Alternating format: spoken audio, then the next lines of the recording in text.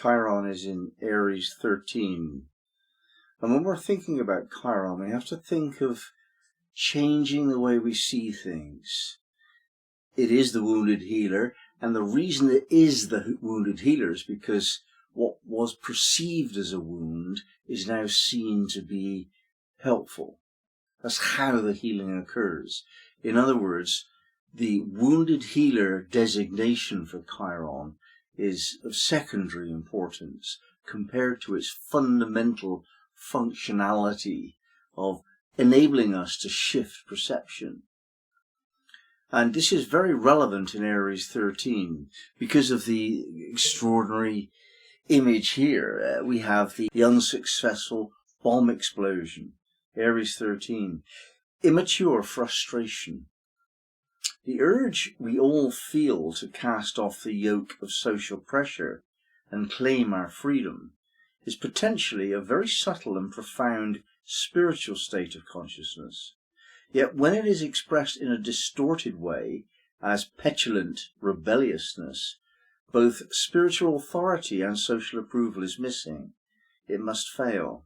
It should fail, and it does fail. This is to do with trying to change things hurriedly and without due process, which will always fail. This is a sincere, if naive, step towards self-perfection. And the wisdom is that when energy is allowed to flow freely, the outcome is ultimately always good. Now, this key, flowing freely, has to be taken into account. There's a lot going on at the moment in the news. There are always rebellions throughout history. If you look at any period, somebody's been revolting against some perceived tyrannical ruler. It won't change. That's the nature of humanity. And yet here we have the wisdom in Aries 13 that if you do this in the wrong way at the wrong time, it will fail. And we see this in many countries where people are petulant. In other words, they are an aspect of the problem. This is something very difficult for us to understand. If we're imposed upon by a tyrannical force, or at any level at all, whether it's Chairman Xi, or the local bully, or your parent, or whatever, if we're imposed upon, and our response is petulance, we're throwing an anarchist's bomb at something to break it because we feel like breaking things because we're petulant, it fails. It doesn't ever work. What does work is a mature, negotiated, well-presented argument. And we have some of that in history. We think of Mahatma Gandhi, who did not propose to get rid of the British Empire using violent means. He said they would do it peacefully. And we've seen this in the singing revolution in the Baltic states in the early 90s, defeating the Soviet Union by singing.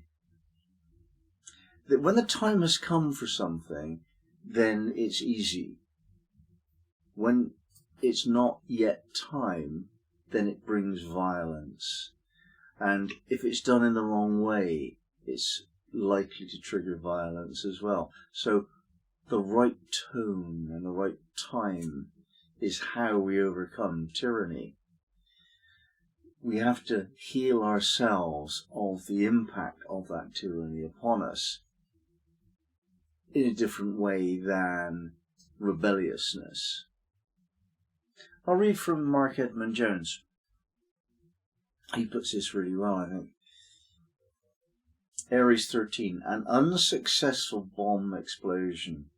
This is a symbol of the survival of good through evil intention and effort, and of the infinite capacity of the world to absorb and nullify the destructive acts of man.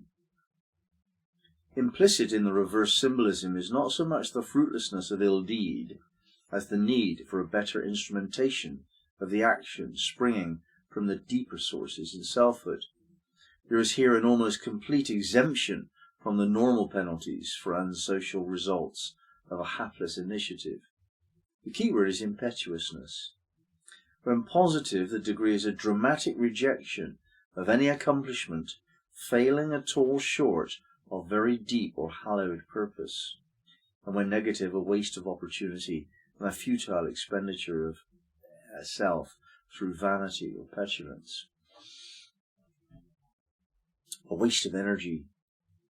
If you go against your local tyrant in the wrong way at the wrong time, you'll just waste your energy, and then it's gone, and you can't use it later in a more effective, wholesome way. We don't want to strike early if it's unripe. We mustn't strike. And yet there is the inevitability that were we to do that and unluckily strike at the wrong time, actually we will be absorbed by society.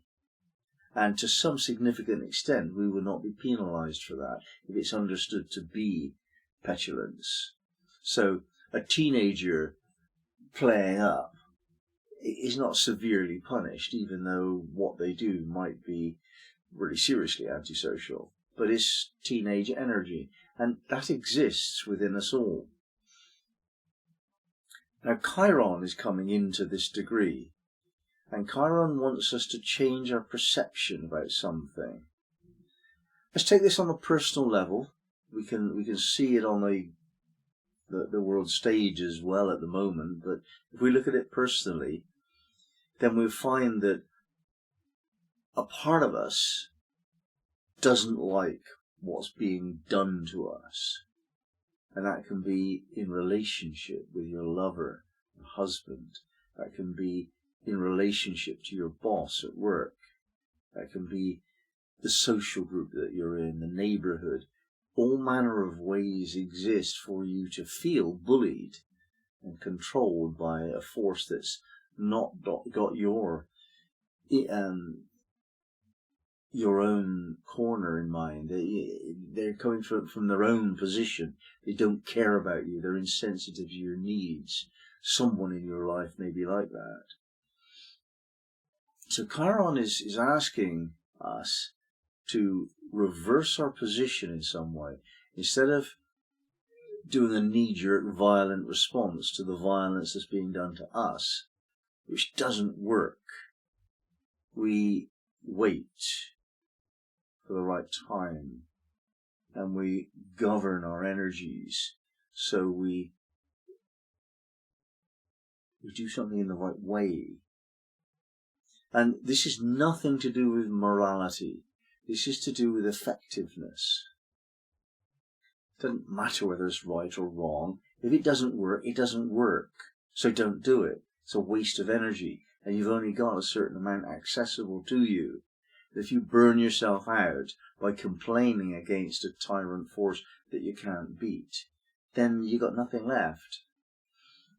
And we see in history again and again and again what happens to the losers when they rise up against a tyrant. They lose all credibility, they lose all of their energy.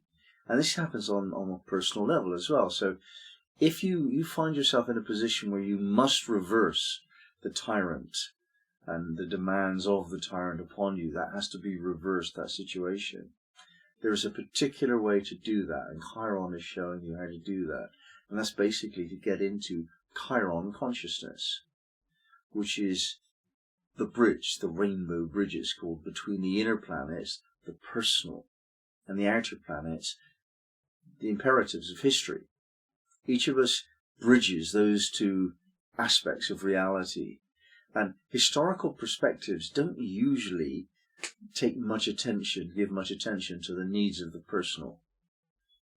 That's always going on. In every situation, there's this overriding historical perspective. In other words, a larger waveform than yours, the collective waveform that carries us in directions that we have to cope. Life is all about that, taking us somewhere beyond our personal realm bigger than us, and saying, well, handle that. And one of the biggest challenges we have is to deal with a situation where we have no personal authority, where actually we're powerless. So Chiron is saying, change your perception. You are not powerless. If it's not yet the right time, then don't act. Prepare. And the best thing to prepare is your thinking, your mind. The mind is the author of all that happens to us. And Chiron is very subtle in its attitude of mind. The outer planets don't really mind what we do, and the personal planets don't really have anything of the outer planets in mind. But Chiron has both of those things going. It can know, it can mind what the historical perspectives are, and it can care about the personal feelings. And that bridge is where we have to stand in these times. We have to be aware of both of those things, and neither one nor the other will be greater. So we're holding a nice balance, a tight balance between the personal and the historical as we move closely, more and more so, towards a time when it's time to strike, and then we strike properly, effectively, not dumping our violence on them, but just explaining that their violence is inappropriate, must stop, and will stop now.